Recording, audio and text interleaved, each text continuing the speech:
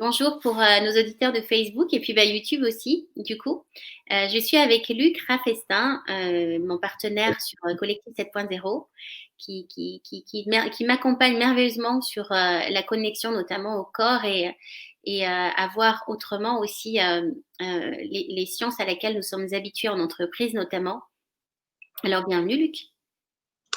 Ben, écoute, merci de ton accueil et de créer ces lives toujours dynamiques et spontanés. Alors aujourd'hui, pour ceux qui vont pouvoir se joindre à nous à ce direct, on avait envie de partager en live avec vous notre questionnement sur le changement.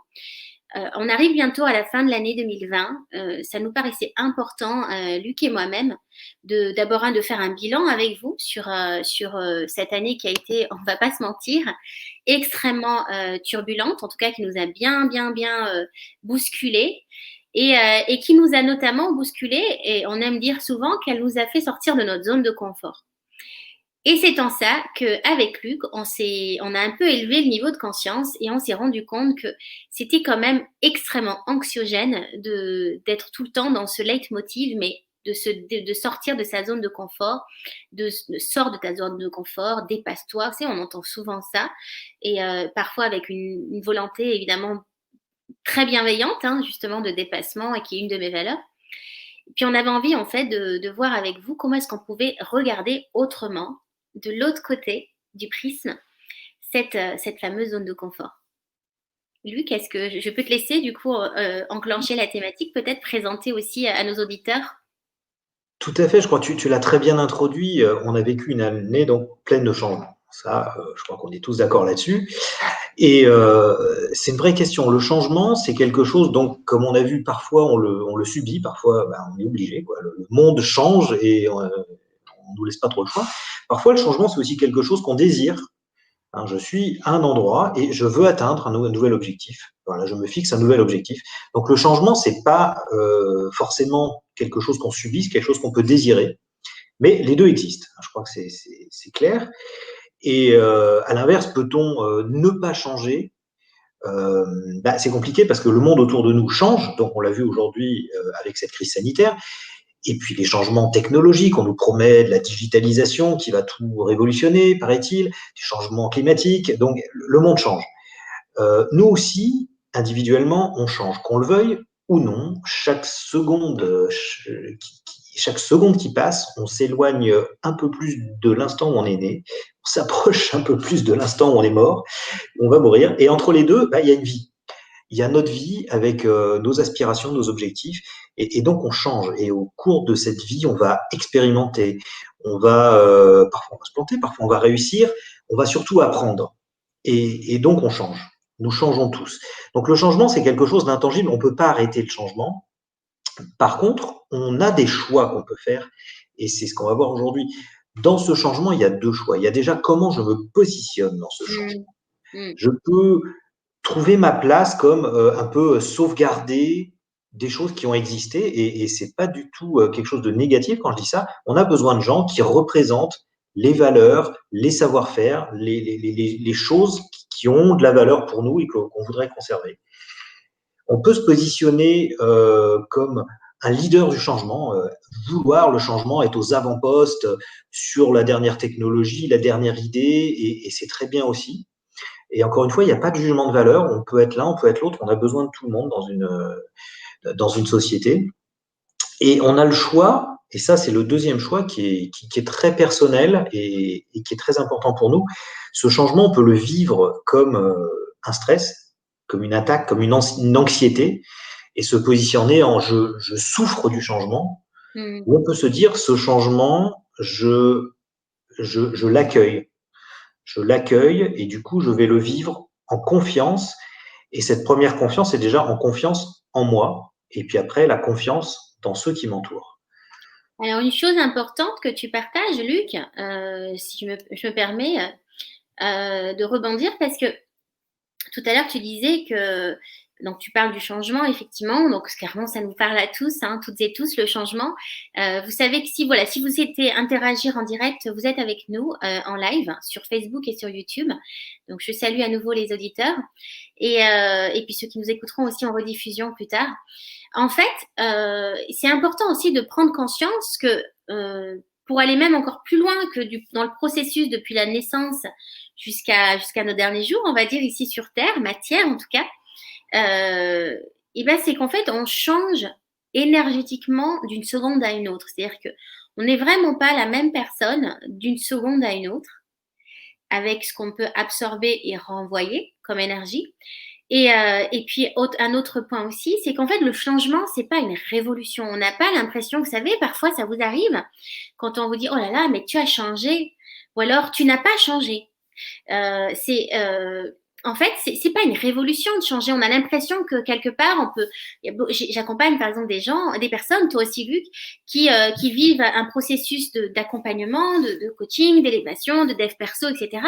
Et puis qui ont l'impression finalement que ça n'a pas modifié dans la matière ici et maintenant leur niveau, leur comportement. Et pourtant, je suis convaincue, je pense que ça va vibrer pour toi, Luc, je suis convaincue que ça va modifier leur état de conscience. Et que le changement, la transformation, c'est pas une révolution. Ça, c'est pas du jour au lendemain. C'est un processus. Et entre le processus, il va se dérouler essentiellement de façon inconsciente, jusqu'à ce qu'on puisse finalement, un jour, à un moment donné, se poser et se dire, de regarder un petit peu dans le rétroviseur, en rétrospective, et de s'apercevoir que le changement, il est monté au niveau du conscient. Oui, je crois que c'est important ce que tu dis là.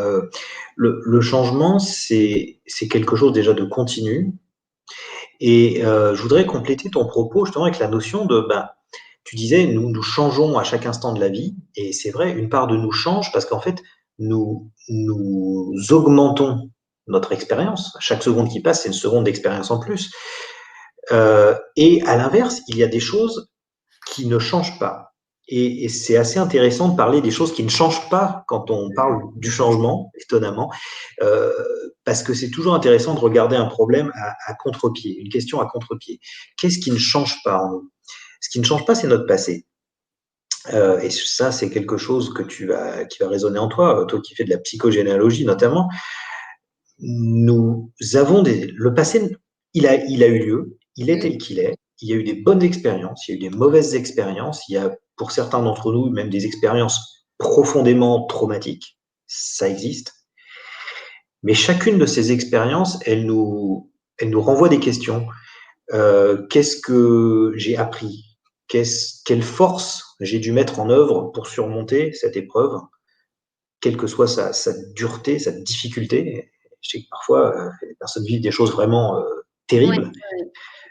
À quelle valeur j'ai pu m'accrocher pour surmonter cet événement? Donc, on a un passé qui nous a formés. On a des ancêtres qui nous ont formés aussi. Peut-être que tu veux rajouter des choses par rapport à ça, d'ailleurs. Évidemment, ça me parle énormément parce que, mais on va y arriver juste après, parce qu'on va parler de la fameuse zone de Oui. confort. Et d'ailleurs, j'aime bien parce que tu as fait un lapsus tout à l'heure quand on parlait. Tu as dit avant le live avec vous. Luc, c'était très drôle parce que avant d'enclencher et d'appuyer sur le bouton live, il a dit zone de confiance et non zone de confort. Et j'ai trouvé ça génial. Je sais pas si vous, ça résonne, mais en fait, c'est exactement là que tout se joue. On va en parler. On va en parler, oui. Parce que, donc, dans ces intangibles, voilà, j'ai mon passé. J'ai justement les personnes qui m'accompagnent. Et quand je dis des personnes qui m'accompagnent, c'est donc mes proches, c'est des gens qui sont avec moi aujourd'hui, parfois parce qu'ils sont physiquement là. Ouais. C'est aussi des gens qui sont là par la pensée, par le souvenir. C'est parfois des gens disparus, mais ils sont quand même là. Et ce que j'ai vécu avec eux, ça fait partie de moi, ça fait partie de mon identité. Et pourquoi je parle de tout ça, de ces choses qui ne changent pas? C'est parce que justement, tous ces éléments construisent qui nous sommes, notre identité. Et être conscient de son identité, de ses valeurs, de ces choses qui ne changent pas au milieu de ce monde qui change, c'est ce qui va accroître notre confiance. Et c'est ce qui fait le lien justement avec la remarque que tu disais et parler de zone de confort ou peut-être de zone de confiance. Parce qu'on regarde parfois d'un air un peu dédaigneux. On entend parfois des discours un peu dédaigneux sur cette zone de confort. Ah, tu restes dans ta zone de confort, tu changes pas, allez, sors de ta carcasse. Non, notre zone de confort, c'est notre zone de confiance. Ça correspond à vraiment notre instinct le plus primitif, qui est l'instinct de la peur. C'est un instinct de sauvegarde. C'est Survie, hein. important d'avoir peur dans la vie. Mm. Il faut accepter cette peur. C'est elle qui nous guide pour pas aller prendre un risque inconsidéré. Et donc, c'est cette notion de cette zone de confiance où je suis. Et ben, pourquoi pas rester dedans, mais pas cloîtré, enfermé dedans, mais au contraire prendre conscience de mes forces, de mon passé, de mes valeurs, de ce que j'ai appris, de mes expériences, pour dire cette zone de confiance, je vais l'élargir. Et ça, c'est un discours différent de dire je vais pas sortir de ma zone de confort et dans un monde qui change, donc vivre en permanence dans un océan d'anxiété, parce que c'est quelque chose que un certain nombre d'entre nous vivons ou vivaient. Voilà, aujourd'hui, le changement amène, surtout en ce moment, énormément d'anxiété, et on entend ça tous les jours dans les médias. Mais pourquoi faudrait-il vivre dans l'anxiété? Le changement, on ne peut pas l'éviter, on l'a vu. Vivons plutôt dans la confiance. Et pour ça, il s'agit donc d'élargir sa zone de confort, sa zone de confiance, de l'élargir jusqu'à pouvoir atteindre ce fameux objectif, ce fameux point B, puisque je pars du point A pour aller à un point B. Pour atteindre ce point B, eh bien, je vais élargir ma zone de confiance jusqu'à là. Et je vais y aller en confiance. Je ne vais pas appréhender ce changement avec anxiété, je vais l'appréhender avec confiance. Et ça change tout. Je pense qu'en fait, ce dont tu parles, évidemment que ça résonne pour moi. Alors, je sais pas si pour vous qui êtes là en direct ou qui nous écouterez plus tard, ça résonne, mais en fait, ce que tu es en train ce que tu partages finalement, et ce qui est fondamental et structurant pour l'identité, bah, c'est justement tout l'ancrage, ressources auquel nous, individus, on se développe, en fait, tout simplement. Et tout à l'heure, j'en parlais un petit peu entre les lignes en filigrane déjà de l'inconscient et du conscient.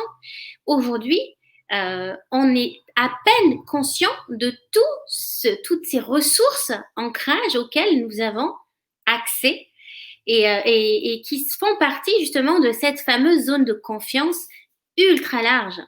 C'est-à-dire qu'en fait, si je vais encore un cran plus loin et que j'essaie de métaphorer ce que tu dis, Luc, on peut se retrouver dans une situation où on a l'impression de sortir de sa zone de confort.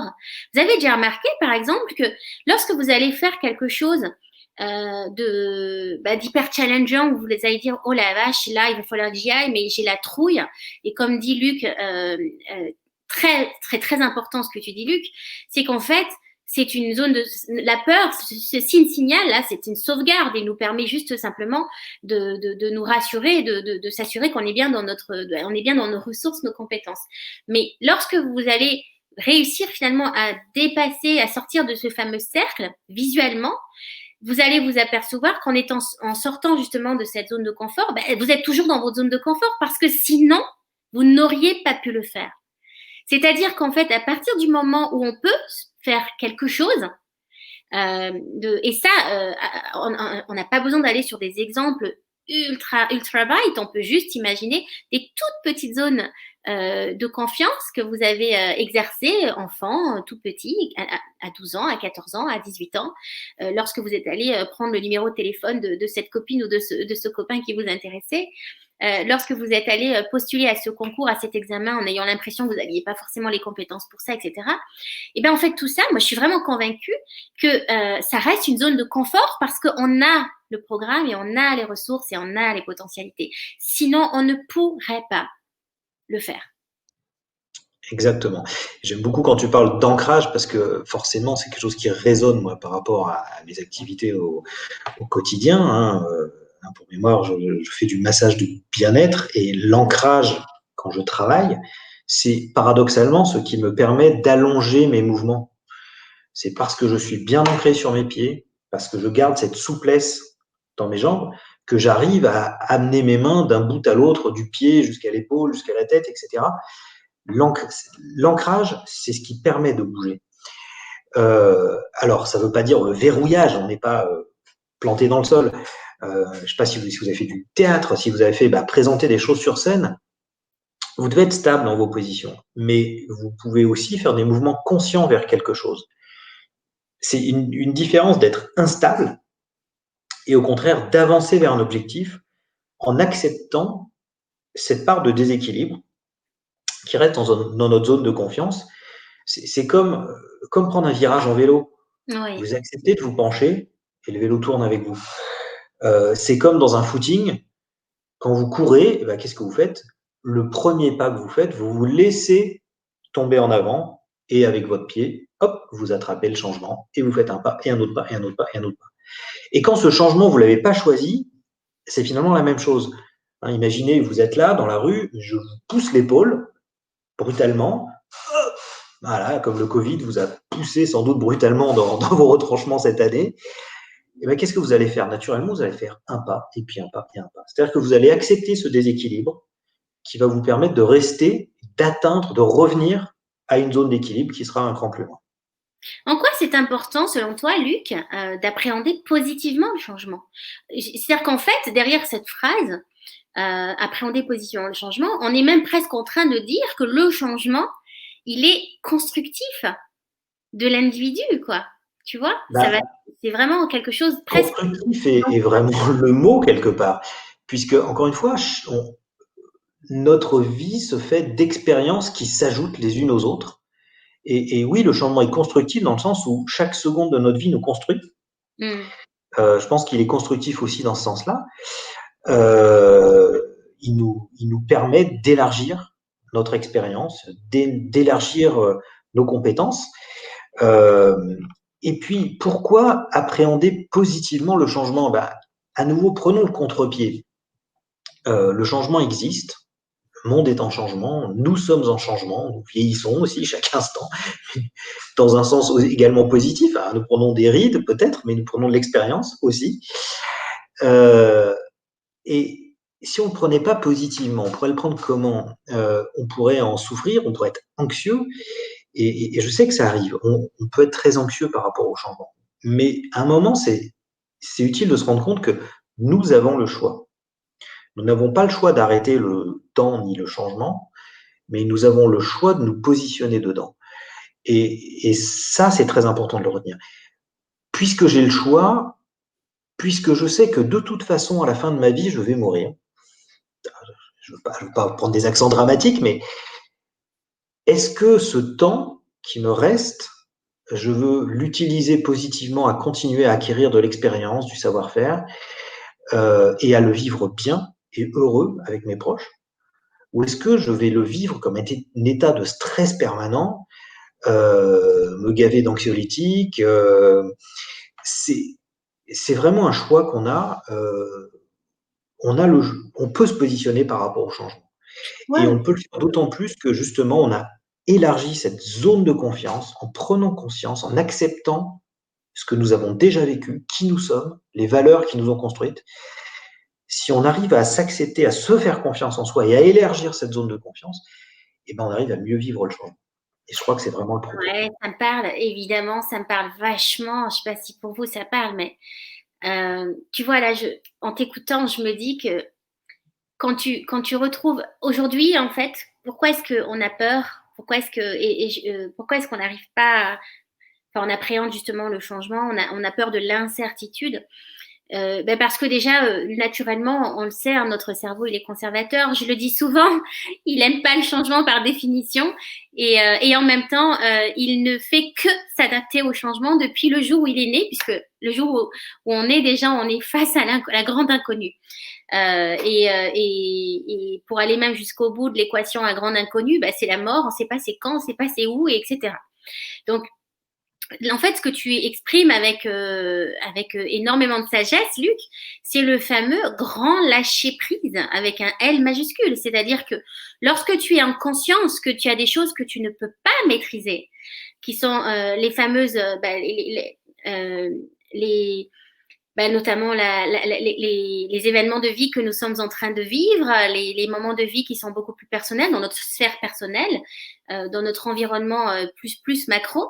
Mais lorsqu'on est en conscience, en fait, qu'on ne peut pas maîtriser certains événements qui ne dépendent pas de nous, eh bien, concentrons-nous sur ce qui dépend de nous. Et sur ce qui dépend de nous, et là, on peut décider d'agir ou de subir l'événement. C'est-à-dire que ce que tu décris, en fait, c'est que finalement, c'est à nous de décider comment est-ce qu'on va accueillir l'événement extérieur. Comment on va l'accueillir intérieurement pour notre écologie personnelle. Yes? C'est vraiment ça, ce mot d'accueil, euh, accueillir ce qui nous arrive. Alors j'aime bien, quand on se parle, à chaque fois, j'ai toujours un petit bout hawaïen là, qui repasse parce que c'est une philosophie que j'aime beaucoup, la philosophie Ona. Et je reviens sur ce mot aloha qui est l'accueil des événements des personnes, mais aussi des événements tels qu'ils sont. Et il y a un principe qui résume bien la façon d'appréhender le changement. Ce principe qui s'appelle Ike, hein, Ike, ça s'écrit. Ike qui dit finalement que c'est votre réalité, c'est ta réalité qui crée, enfin c'est ta perception qui crée ta réalité. Si tu perçois le changement positivement, tu es en train de te créer une vie positive. Tu es en train de te créer des opportunités positives autour de toi. Tu es déjà dans le mindset, tu es en train de chercher l'opportunité. Tu vas attirer d'autres personnes qui cherchent l'opportunité. Donc, tu vas créer ton environnement, finalement, il évolue avec ta façon de percevoir le changement. Si le changement, tu le perçois comme quelque chose de négatif, d'anxiogène, c'est très facile de regrouper autour de soi des gens qui vivent dans cette même anxiété. Et ça va se renforcer. Et on va vivre finalement dans cet océan d'anxiété. Voilà, il suffit de lancer quelque chose de négatif pour trouver plein de gens autour de soi qui vont s'agglomérer, qui vont dire « Ah mais t'as raison, c'est terrible !» Et on peut s'énerver de ça. Et à un moment, on peut dire « Bon, le changement n'est peut-être pas tel que je l'avais imaginé, ne va pas toujours dans le sens que j'avais imaginé. J'aurais souhaité que ce soit autrement. Après, on ne peut pas tout régler dans le monde, mais on peut vraiment régler dans son espace, autour de soi, à son échelle. » Bien sûr. Voilà. Ouais, bien sûr. J'avais aussi un point aussi que j'ai commencé à évoquer. Tu sais, la plupart du temps, les personnes que j'accompagne, Luc, ce sont des personnes qui ont l'impression de ne pas avoir les ressources, justement, les fameuses ressources zone de confiance, tu sais, que j'aime bien. Je vais le garder, celui-là, si tu veux bien. Et en fait, c'est simplement parce que ces personnes, elles ont oublié qu'elles ont, de toute façon, d'une manière ou d'une autre, déjà enclenché ces ressources. C'est-à-dire qu'on a oublié, en fait, toutes les potentialités auxquelles on a forcément pu accéder à un moment donné dans notre programme humain. Et je te parle, par exemple, je pense à la détermination. Tu sais, souvent, les ressources qui viennent pour appréhender le changement, ce sont dont on a l'impression de manquer, bah, c'est la capacité à anticiper, du coup, à agir face au changement. C'est la créativité. Oui, mais qu'est-ce que je vais faire s'il y a ça qui se passe, tu vois? Donc, notre capacité créative, notre part créative. C'est la capacité, l'assertivité aussi, la capacité, du coup, à savoir bien communiquer dans l'instant présent ou à communiquer avec ton écosystème face à un moment que tu ne connais pas forcément. C'est évidemment la persévérance, mais je vous rappelle quand même que pour marcher, on est tombé au moins 1000 fois, je crois, de mémoire en moyenne. Tu vois, c'est toutes ces ressources-là auxquelles, en fait, qu'on pense ne pas avoir parce qu'on a simplement oublié, enfoui, parce que des événements de vie, parce que environnement anxiogène que tu décris très bien, parce qu'on va se retrouver dans un pouvoir de l'attraction un peu qui va nous tirer vers le bas. On va attirer des personnes qui nous tirent vers le bas. Et attention, avec beaucoup de bienveillance, sans jugement. Hein, c'est toujours le même schéma qui vient, c'est la peur qui nous tire. Et en fait, moi, ce que j'essaie de faire, et je sais que tu le fais aussi toi par le corps notamment et par l'expression corporelle, le schéma corporel, se reconnecter à toutes ces petites réussites auxquelles on a tous et toutes, de toute façon, qu'on a pu toutes et tous vivre au moins une fois dans notre vie. Oui, j'aimais bien ton analogie de marcher parce que même marcher, c'est tomber à chaque pas et se rattraper. C'est ça, marcher. On est dans un déséquilibre quand on marche. C'est vraiment ça.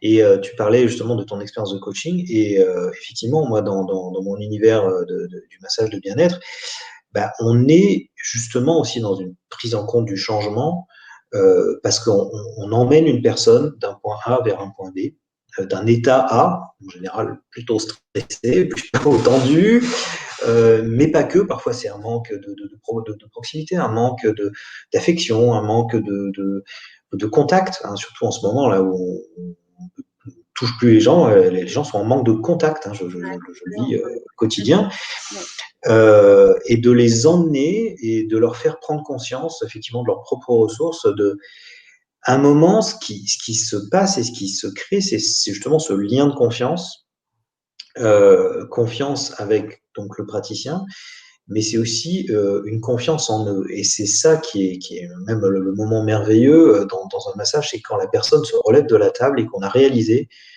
qu'elle a repris confiance dans son corps.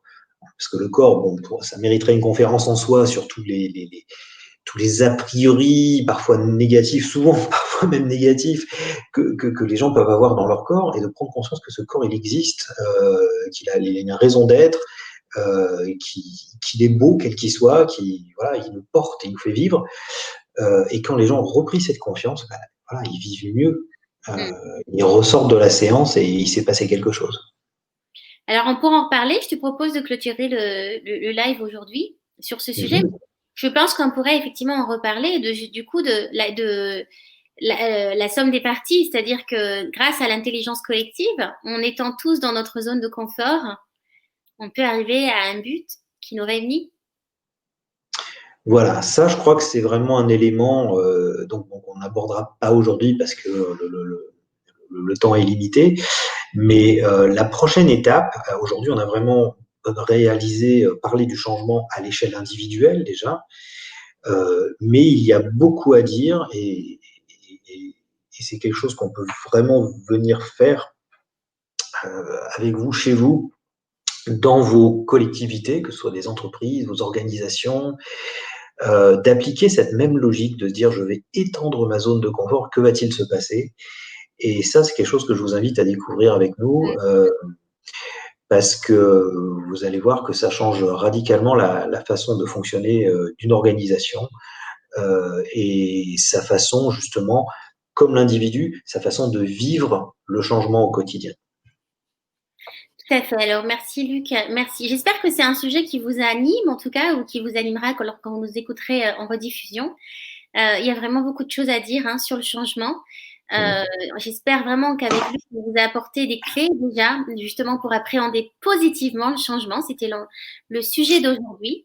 Et je vous propose de nous retrouver très prochainement pour aborder ce sujet sous le prisme collectif. Merci Tout beaucoup. à fait. Prends soin de toi. Et ben toi aussi et à très bientôt, impatient de faire la suite. À Allez, très, très vite.